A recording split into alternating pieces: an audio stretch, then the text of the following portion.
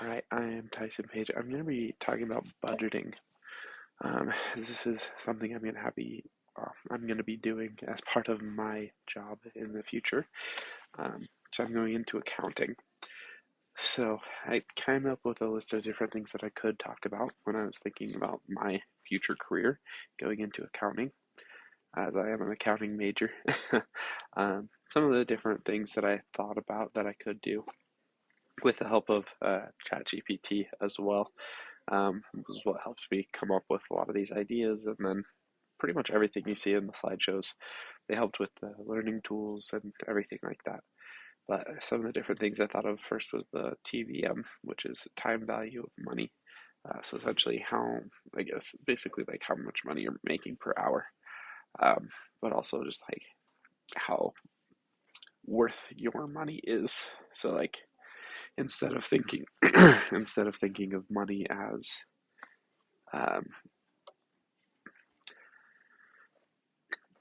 as like this is how much money I have and I'm spending this much, you try and think of when I'm about to spend, say, $40, say I earn $10 an hour, this is 4 hours of my life. That's kind of the difference of thinking with the TVM. Financial ratios, obviously, and trends, that's just basically based off of um, like how you have done in the past and how you're going to continue to do, which budgeting has a little bit to do with that. So I'll briefly talk about that as well. Um, and then CVP, which is cost, volume, and profit. So how much it takes, or like how much money it takes to make something, how much you get from that, and how much money you get from the volume that you have. So with budgeting, as I said, that's what I'm going to be primarily talking about. You have to have a few different things. So first, you have to have income, which is what this slide is obviously about. I did a base uh, evaluation, say, with this one, right? Like I have listed here, the regular income is $4,386.32, and then say on top of that you have a side business or something where you sell candles or something, or you just sell your clothes on eBay or Facebook Marketplace or something where you've gained like the $489.66 within the last month. So in total, the whole month's worth, so say we're calculating that for April then, since it is April, within the month of April, I did earn $4,875.98. Now you take that and then you put it with the costs or expenses that are part of your life with your budget, and you try and keep them within the budget that you're setting. So, say, our mortgage, that's going to be a set fixed expense of $1,350. I know what it's going to be every single month. Same with the car payment that I put down there.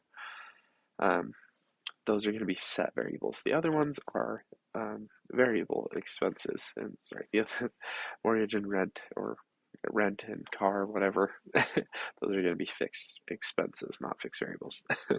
um, and variables expenses are going to be everything else, so like the utilities, your food, your gas, entertainment, because it depends on how much you use for that. Because entertainment, at least in this case, I kind of thought of, well, you have like your subscriptions and stuff like streaming devices and anything like that, but then you also have like phone payment, everything like the subscriptions that you don't really think about as much of like being subscriptions, but they are.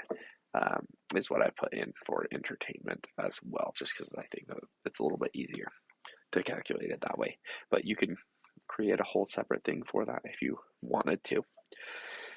Um, anyway, so in this case, I just did some base numbers. So utilities, say you didn't quite use as much as you thought, you got a little bit extra, but then food you overspent.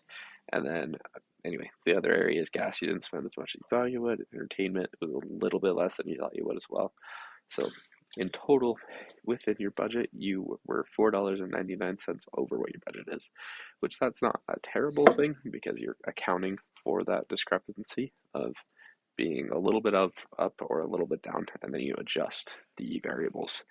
So say because this was $90, I'm now going to try and keep my utilities down to, $85.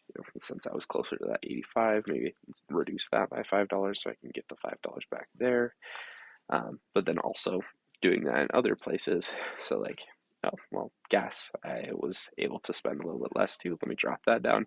And when it drops that down, then you raise the food budget up as well.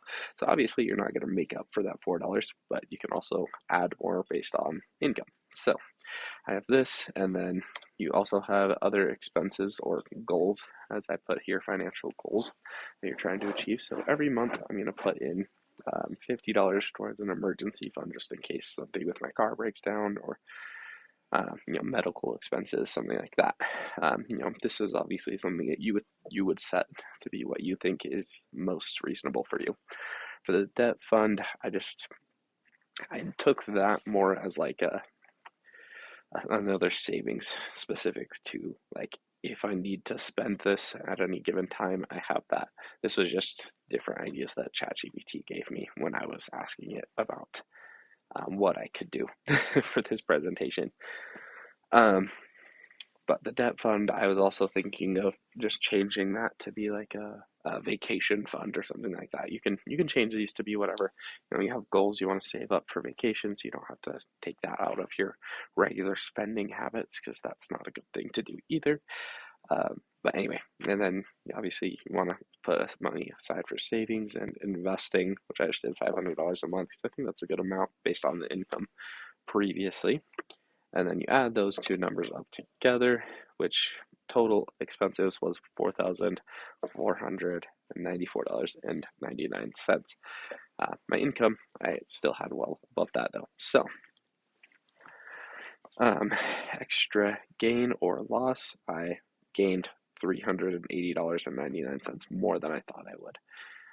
Because this is based off of, you're hoping this number is closer to zero than mine was. But that's okay if it's not. Obviously, it's a good thing to have a little bit extra money, and you can just put that all towards savings or decide where you want to spend that later. But that's what we call a surplus. So it could be a deficit or a surplus, and it kind of depends month to month. And if you apply the surplus towards the next month's expenses, or if you have a deficit, then you have to somehow get that money back the next month as well. And that all goes in towards like these numbers change monthly as well. It's not just like this is what I'm gonna spend every month. It's this is what I did spend. This is what I'm gonna try and spend next month. So and then you want to do a forecast as well. So after you've collected data for your spending trends for the last few months, say at least do like a 3-month forecast. So say this is what I did. So I just get random numbers here again, and the estimate over here is not like for this month's estimate was not really super accurate. I kind of based off of what the trend was. So I did 3 months ago, I had a deficit of $231.77. And then I slowly got better. This is more of what it would look like at the start is you're spending a little bit more than you expected, and then you drop that down to be closer to what you're looking for, and then you end up going past that and saving even more than you thought you could. And then that's kind of at least how it feels at the start when you're starting a budget. It kind of takes a little bit longer than this, obviously, most of the time, but you can get it to be this way as well. And then this is what I asked ChatGPT. As I mentioned, I used them earlier. So just could you help me come up with a learning aid to help someone budget better? And this was the answers that it gave me previously were those other ones. And then can you create a learning tool for college students to help them budget better and make into a printable PDF is what I asked for that as well, which then gave me this. I think that's the last slide. Yep, okay, good. Anyway, I'm going to link this on here as well. Oh my gosh. If I can access it, that would be great. Sorry, give me 1 second.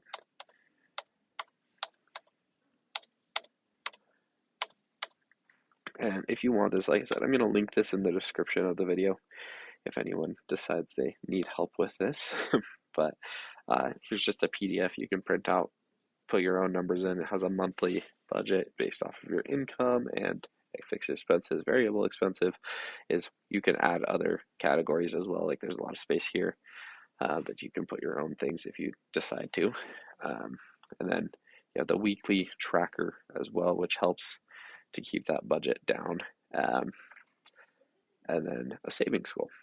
So that is all part of budgeting. It takes a little bit to get used to it, but eventually it can be fun and it helps you to save a lot more money as well. But that is my presentation.